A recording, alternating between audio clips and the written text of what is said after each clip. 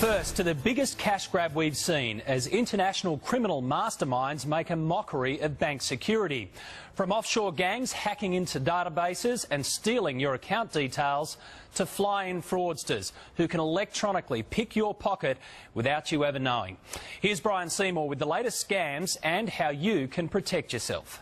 I lost nearly $6,000. Largely these people are members of overseas crime groups, particularly from the Eastern Bloc countries, Romania, Bulgaria, parts of Russia. The threat is greater now than ever because Australians are sitting ducks, blissfully unaware of the technological leaps scammers have made to rip us off like never before. Anyone can be a victim. They are tech-savvy, unscrupulous and over here. Foreign gangs looking for cashed-up Aussies to rip off. It's the easiest money they'll ever make. Last Sunday week, I got a ring from our fraud squad in Melbourne to say that my bank card had been skimmed. It had been cleaned out. 77-year-old Victorian Ron Hanna was left baffled and broke when his bank card was skimmed at a supermarket, then used in the United States and Mexico in 31 separate transactions to empty his account. The money was accessed in Walmart, Maxahaki in the United States to the amount of $5,879. In Ron's case, it's thought the scanner at his supermarket was hacked into and the data stolen. There's a myriad of ways that people can lose money out of their bank account or have their credit card compromised.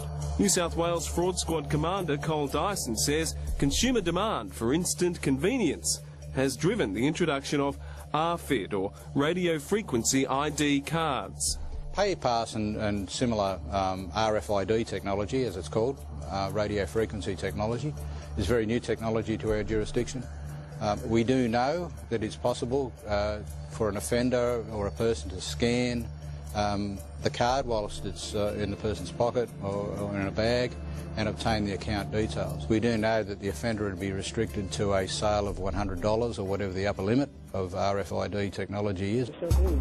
Here's how easy it is. Just load up at your local store, approach the counter and ignore the sales attendant. All you need to do is wave your bank card in front of this little panel.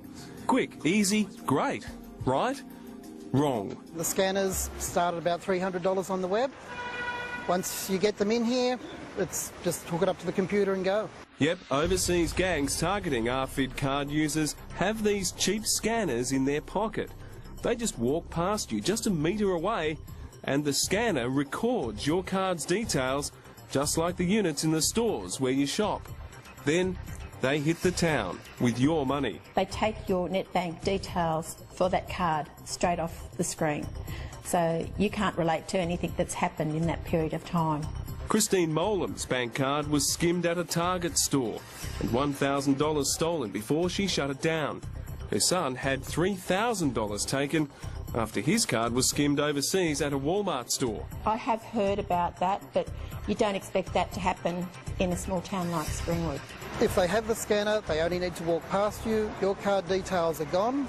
Paul Schmidt runs his own company importing and selling these wallets.